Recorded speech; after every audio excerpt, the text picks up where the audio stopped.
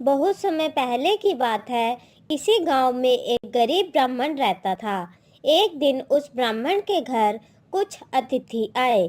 ब्राह्मण की स्थिति इतनी खराब थी कि उन अतिथियों को खिलाने के लिए घर में एक अनाज का दाना तक नहीं था।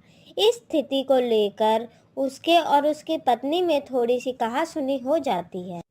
अरे, तुम्हें पेट भरने योग्य अनाज कमाना भी नहीं आता। इसी का नतीजा है कि आज घर में अतिथि खड़े हैं और हमारे पास उन्हें खिलाने के लिए एक अन्न का दाना तक नहीं है। अरे भगवान, गुस्सा क्यों होती हो?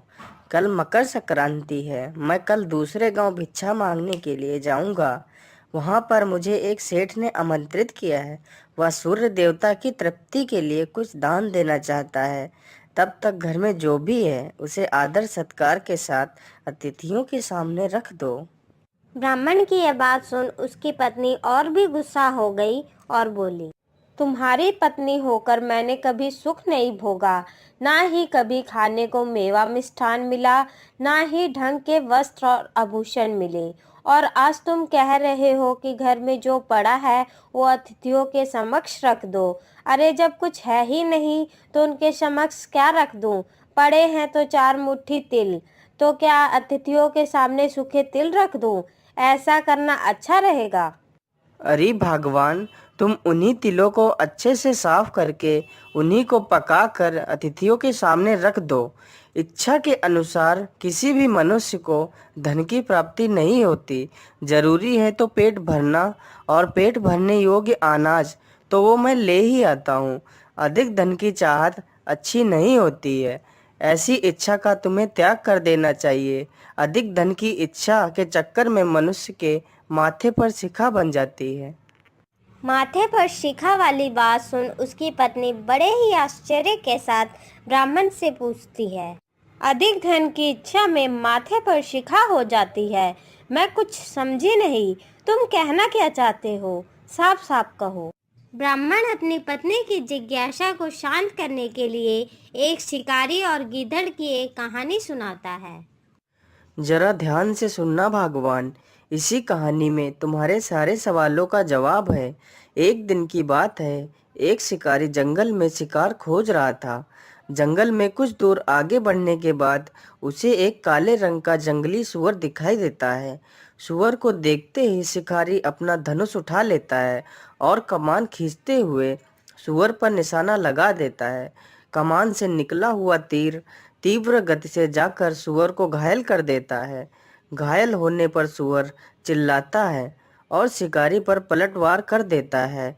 सुअर के नुकीले दांतों ने शिकारी के पेट को फाड़ दिया, जिससे शिकारी की मृत्यु हो जाती है और कुछ क्षण बाद सुअर की भी मृत्यु हो जाती है। इसी बीच खाने की तलाश में भटकता हुआ एक गीदड़ वहां आ जाता है, जहां शिकारी और सुअर दोनों के शव पड़े हुए थे। बिना मेहनत किए इतना सारा भोजन देख गीदड़ मन ही मन बहुत ही खुश हुआ और उसने मन ही मन सोचा, अरे वाह, क्या बात है! आज तो इतना सारा भोजन मुझे बिना मेहनत किए ही मिल गया। आज तो ईश्वर की मुझ पर बड़ी कृपा हो गई। एक साथ मुझे इतना सारा भोजन मिल गया। आज तो मैं इसे पेट भर खाऊंगा। अरे नहीं नहीं, मैं इस भोजन को धीरे धीरे और आराम से खाऊंगा, ताकि यह भोजन लंबे समय तक चल सके। इस तरह मैं इस भोजन के साथ लंबे समय तक अपनी भूख को शांत रख पाऊंगा। इन सभी बातों को सोचकर गीदड़ सबसे पहले छोटी छोटी चीजों को खाना शुरू करता है। तभी गीदड़ सूअर के शरीर में लगे तीर को चबाने लगता है। तीर अधिक पैना होने के कारण गीदड़ के मुंह को फाड़ देता है और उसके सिर के ऊपर निकल जाता है, जो कि मानो ऐसा लग रहा था जैसे कि गीदड़ के सिर पर शिखा आ गई हो। फिर कुछ देर बाद गीदड़ की भी मृत्यु हो जाती है।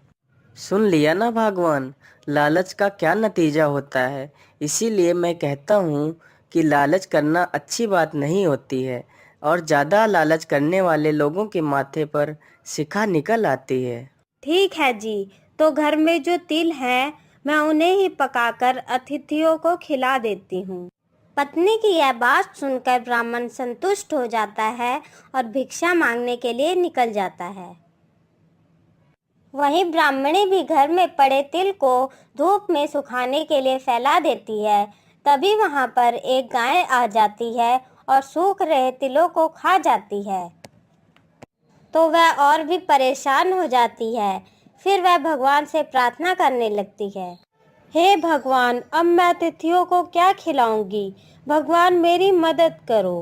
तभी देवी माँ को उस पर दया आ जाती है और देवी माँ ब्राह्मण का रूप बदलकर ब्राह्मण के घर आ जाती हैं। अरे भगवान, ये अनाज लो और जल्दी से अतिथियों के लिए भोजन तैयार करो और उनका सत्कार करो। मैं अभी जल्दी ही वापस आ जाऊंगा। यह कहकर ब्राह्मण वहाँ से चला जाता है। फिर ब्राह्मणी अतिथियों का बड़े आदर से सत्कार करती है और उन्हें विदा कर देती है। फिर कुछ ही देर बाद ब्राह्मण आ जाता है। अरे अरे, आप आ गए? चलो, आपने अच्छा ही किया था जो आप घर में अनाज दे गए थे, जिससे मैं अतिथियों की सेवा कर पाई, नहीं तो आज वह भूखे ही चले जाते। यह बात सुनकर ब्राह्मण आश्चर्य से बोलता है, लेकिन मैं तो अभी आया हूँ। अरे, आप ये क्या कह रहे हैं? तो फिर वह कौन था जो आपके वेश में मुझे अनाज दे गया था? अरे भगवान, वे जरूर भगवान होंगे जो हम गरीबों की मदद करने आए थे।